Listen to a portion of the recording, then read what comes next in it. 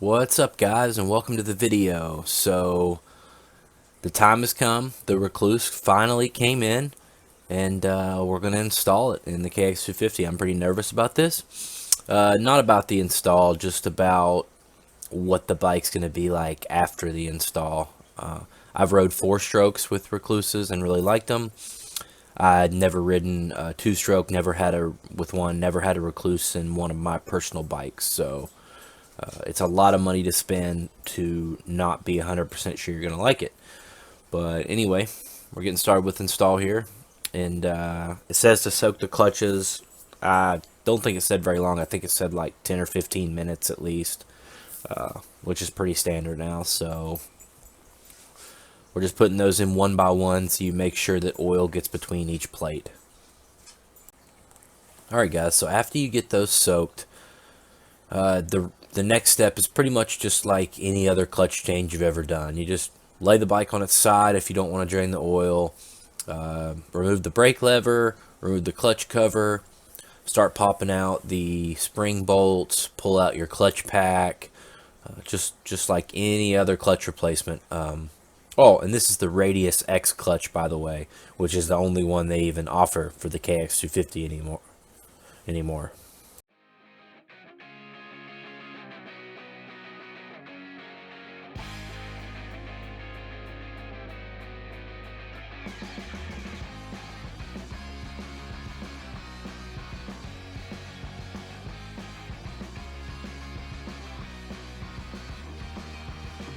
Alright, you can see I get down to these last couple plates and they're pretty far down in there, so I just take a flat head and get to the edge of them and kind of pop them up out of there.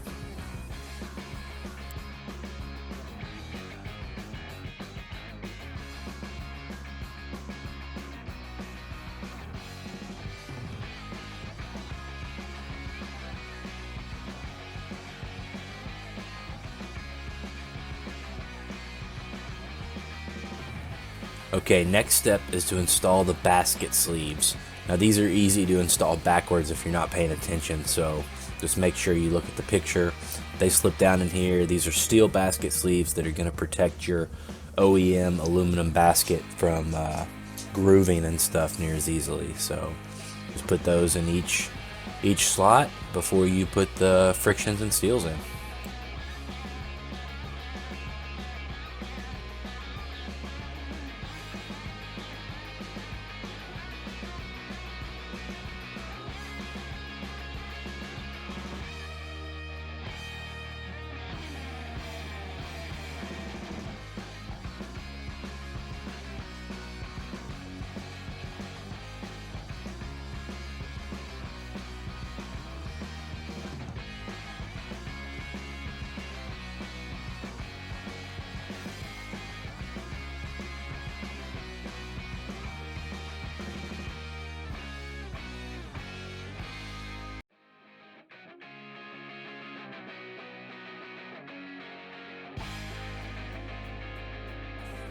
Alright, so what they call your Exp Disk is what goes in last or on the very top. And this is the disc that actually slides and moves and expands and actually makes this whole system work. So I didn't have to do anything to mine. They say to just double check that it's moving, and you can kind of slide it and see the little weights and everything move in and out. The kit comes with different springs for if you want a firm or a soft like engagement and disengagement.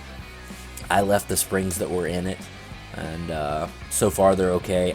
That might be something I play with in the future. I have not yet. So here I am just putting the included orange Rekluse springs back in and putting the cover and everything back together.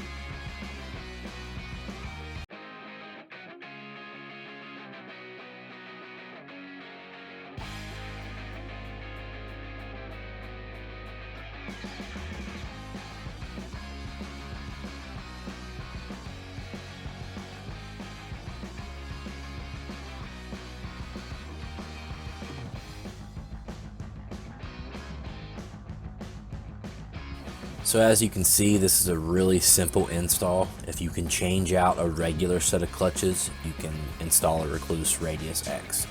Now some of the other Rekluse kits are a little more involved than this, but like I said, this was the only one that they even offer for the KX250.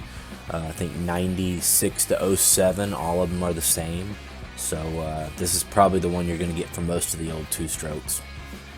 So yeah, just buttoning everything up now.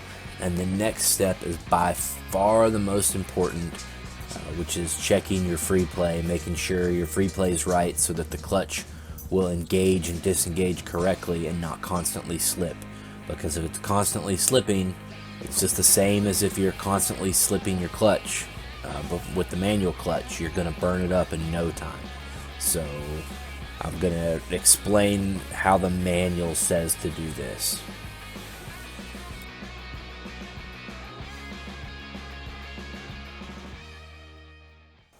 Alright, so we had to play with this a little while to get it right.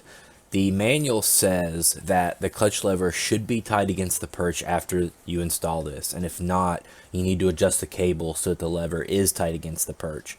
Then, turn the cable and or perch adjuster 3.5 turns tighter. Tightening beyond the initial perch adjustment creates the installed gap.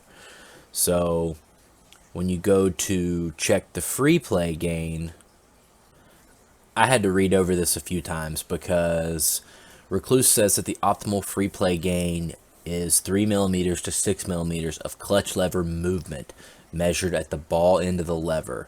And this is when you rev the bike, guys. This measurement at the end of the lever correlates to achieving your installed gap. So there's two ways to do this. One way uses the rubber band that they include in the kit, and the other you just use your hand. So I tried it both ways just to be sure. They say to use the rubber band method for the initial setup, and then you can kind of eyeball it with your hand. So you put your bike in neutral, you start the engine, let it warm up for 2 to 3 minutes, and idle down, warm the engine oil. You stretch the rubber band between your thumbs and then place the top end of the rubber band on the outer end of the handlebar grip. And while you hold the top end of the rubber band against the handlebar, stretch the band downward and loop it through itself. You pull the band up through the loop and then you attach it to the outside of the clutch lever. While you're in neutral, quickly rev the engine between 1/2 to 3/4 throttle and let it return to idle. Notice the movement in the clutch lever when the engine is revved. Also, it's super important that the motor returns to idle before you rev it again, or it will not give you the right reading. So when it returns to idle, rest your hand against the clutch lever. Rev the engine again so you can observe the movement while feeling for Freeplay gain with your hand. You can also use your hand to continue to apply light pressure and rev the engine, and you can see how much it moves. This is kind of different than anything else I've done before, so I did this probably 10 or 20 times. Kind of felt bad about revving my bike, but I just wanted to make sure, because right out of the box, I did not have the Freeplay I needed, guys. I was constantly slipping.